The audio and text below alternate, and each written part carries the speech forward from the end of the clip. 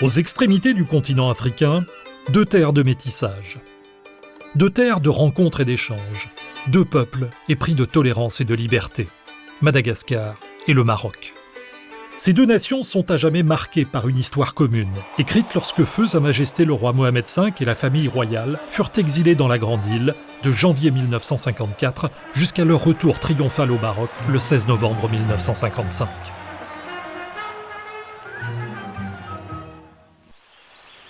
Aujourd'hui, les relations maroco-malagasy s'inscrivent dans de nouvelles perspectives. Pour concrétiser leur rapprochement, les deux pays ont choisi de s'investir dans un projet qui revêt une dimension symbolique majeure, la valorisation et la sauvegarde du canal des Pangalanes.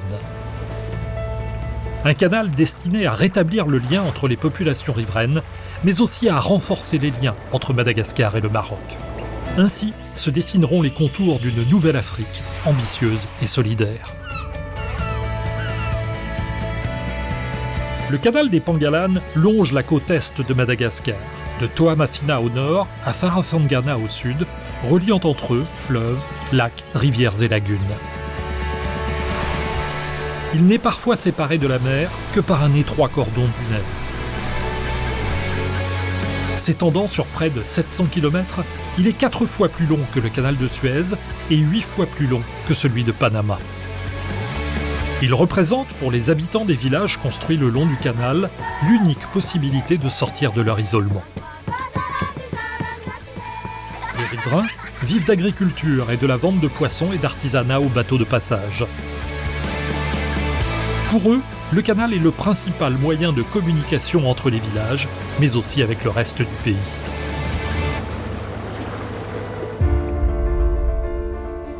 Le canal des Pangalanes a été construit au début du XXe siècle pour la navigation commerciale. Il traverse des paysages d'une grande diversité et de multiples zones à vocation touristique, minière ou agricole. À l'époque, l'objectif était d'acheminer plus facilement les épices, notamment la vanille, vers le grand port de Toamasina. Et le canal est vite devenu un lien vital pour les populations. Faute d'entretien, certains tronçons ont perdu leur navigabilité et le canal ne joue plus son rôle de trait d'union. Aujourd'hui pourtant, il constitue un nouvel espoir de développement.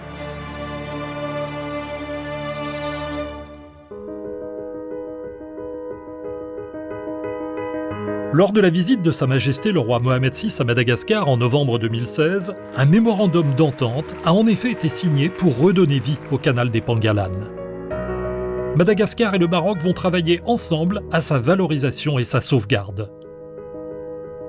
Immédiatement, un comité de pilotage s'est mis au travail. Objectif, révéler les potentialités des territoires et rétablir les liens entre les populations riveraines du canal des Pangalanes. Des missions d'experts se sont rendues sur le terrain pour étudier tous les aspects techniques et socio-économiques du projet, en collaboration avec l'Agence portuaire maritime et fluviale Malagasy. L'ingénierie marocaine est mobilisée autour de l'établissement public marocain Marchikamed.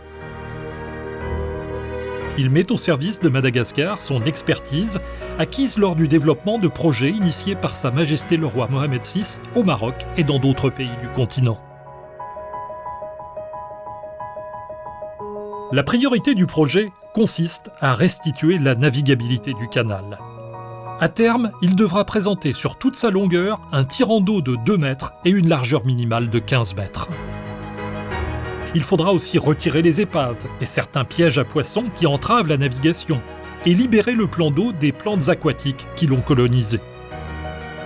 Il faudra dépolluer le canal urbain de Toamasina et l'ouvrir sur le port maritime.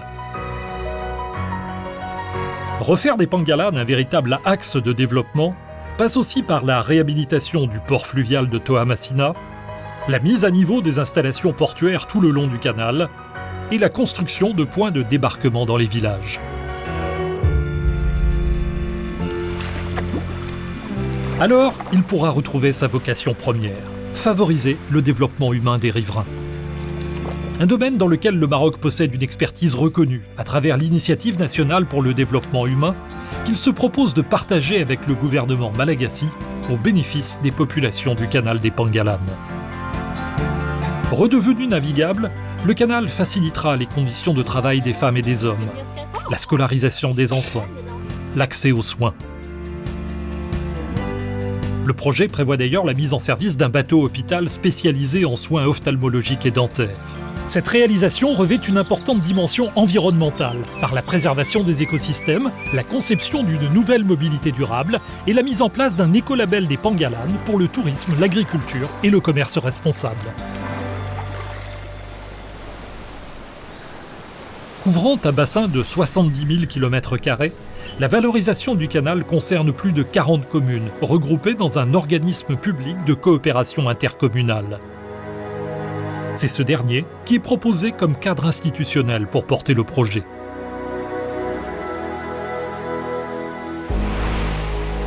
La valorisation du canal des Pangalanes permettra le désenclavement de nombreux villages.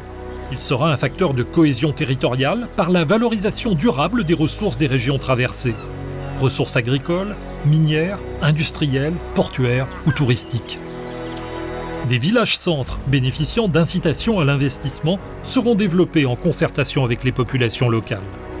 La ville de Manakara est appelée à devenir le pôle régional sud.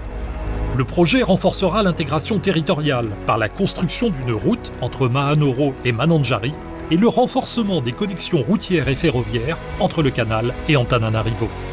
Situé à mi-chemin entre Toamasina et Mananjari, Mahanoro va être amené à jouer un rôle de pivot entre ces deux villes. Mahanoro va faire l'objet d'un projet pilote permettant de parachever l'intégration territoriale du canal et la mise en place d'un nouvel espace d'émergence. Ce projet intégré a pour cœur la réalisation d'un nouveau complexe portuaire et industriel. Il comprendra un port maritime et un port fluvial, de même qu'une plateforme logistique et industrielle pour la valorisation des produits du canal. Aux alentours, le projet prévoit le développement d'équipements modernes pour l'agriculture et l'élevage, ainsi que la réalisation d'un barrage hydroélectrique et la mise en œuvre d'un programme minier. Un ambitieux projet urbain intégrant la requalification de la ville et la réalisation de nouveaux quartiers résidentiels, touristiques et tertiaires, de même que des équipements culturels et sportifs, contribuera au rayonnement de la cité. Mahanoro, perle des Pangalanes, pourra ainsi devenir le nouveau phare de la côte est de l'Afrique.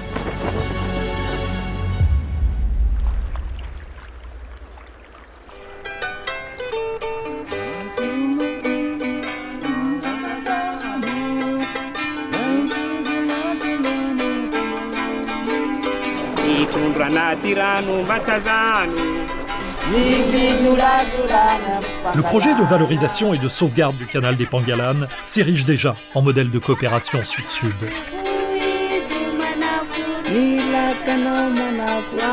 En unissant leurs énergies, en partageant leur expertise et leur savoir-faire, en se mettant au service d'une Afrique porteuse d'espoir et de projets, le Maroc et Madagascar donnent un sens à leur engagement.